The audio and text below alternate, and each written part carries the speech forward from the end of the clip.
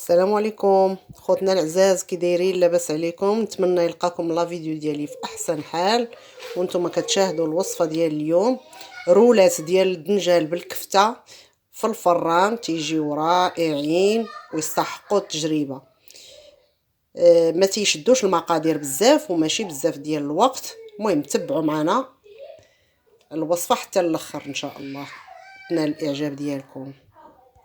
عندي هنا 4 ديال الدنجالات كبار شويه موين.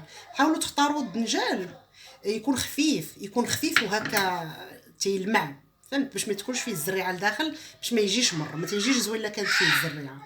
المهم انا غادي نقشرو بهذه الطريقه هذه. غنحاول ندير ليه بحال الخطوطه.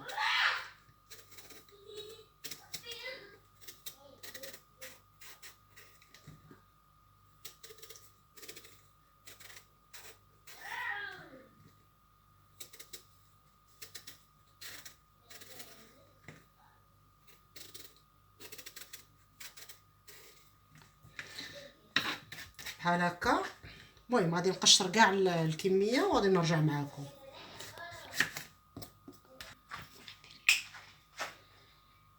صافي دابا قطعت هاد الكميه. المهم انا كيفاش غنقطعو على شكل شرائح، ما يكونوش رقاق بزاف وما يكونوش غلاظ، يكونوا موين.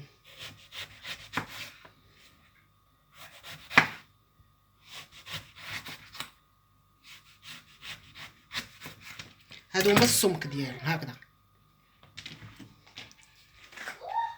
صافي انا غادي نكمل كاع الكميه.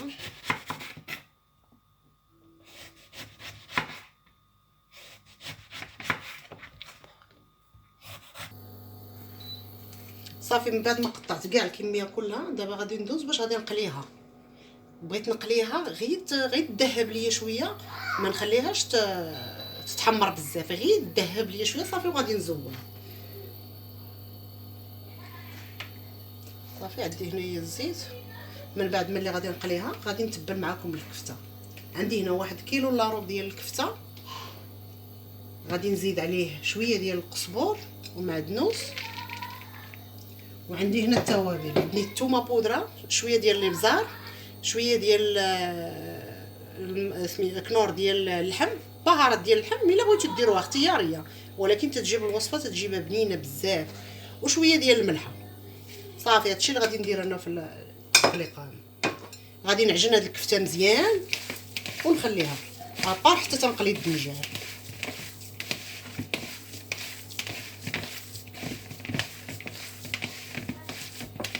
نعجنها مزيان لحقاش بغيت نشكلها على شكل اصابع. من بعد غادي نوريكم كيفاش غادي نديرها باش تتماسك لي.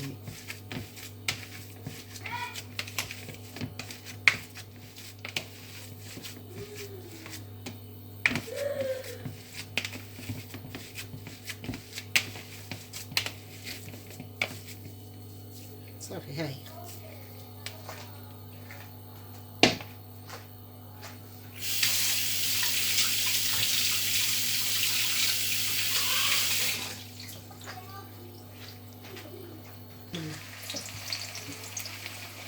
صافي من بعد ما سخنت ليا الزيت مزيان غنبدا نقلي الدنجال.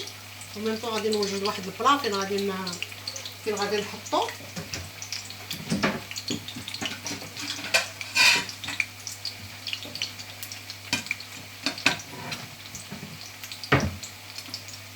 هو هنا. غندير فيه الورق ديال الكوزينه، الورق المنشف، باش يمتص ليا ديك الزيت الزياده.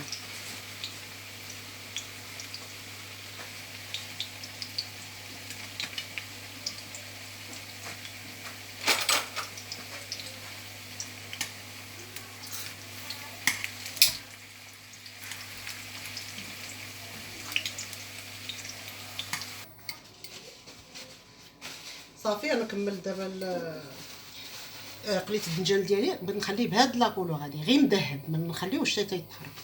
حطيته على الورق ديال المطبخ باش يمتص منه الزيت، وغادي نضغط عليه شويه باش نحيد منه الزيت. هو نورمالمون كون دار في الفران حسن، بصح هكا تيجي بهاد الطريقه تيجي لذيذ مقلي. غير هو نحاولوا نزولوا منه شويه الزيت هذاك اللي كسي.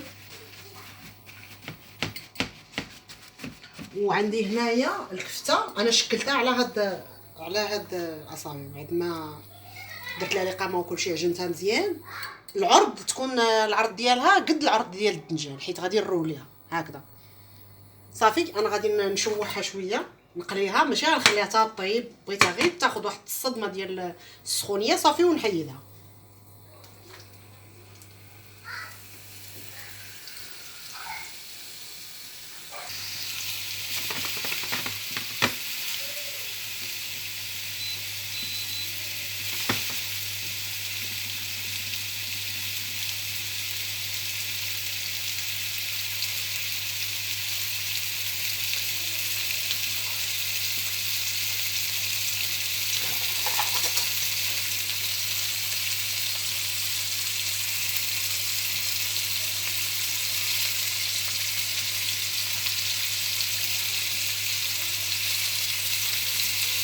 هكا تبقى نقلب فيهم شويه، شي جوج عويدات ولا شي مقباط ولا شي حاجه، نبقى ندورهم. انا ما نحاجيش فيهم يطيبوا طيب الكفته، لحقاش مازال غتكمل الطياب ديالها في الفراغ.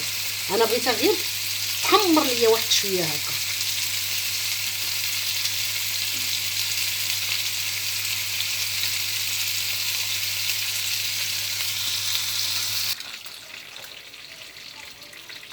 صافي انا كملت هاد الكميه، قلت لك ما طيبتهاش مزيان شويه، بغيتها غير تاخذ هذيك الصدمه ديال القلي صافي ونحيدها. زولتها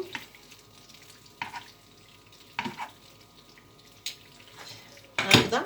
عندي هنا واحد شويه ديال الفلفله، هذه غادي نديرها، غادي غنديكوري بها، غنقطعها بحال هكا على هاد الشرائح هكذا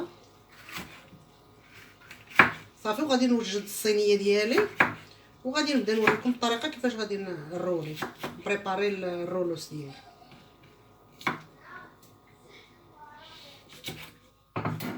صافي عندي دابا كلشي واجد، ها هو الدنجال.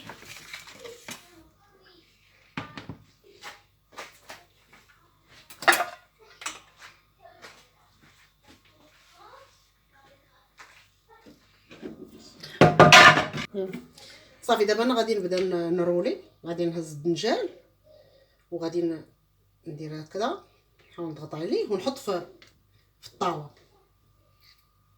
صافي. نحاول نطوي هذيك الجهه اللي تتكون ضعيفه باش يجيني مقاد، نحاول ندخلها هي لداخل صافي. وغادي نبقى بهذه الطريقه هذه حتى غنكمل كاع الكميه.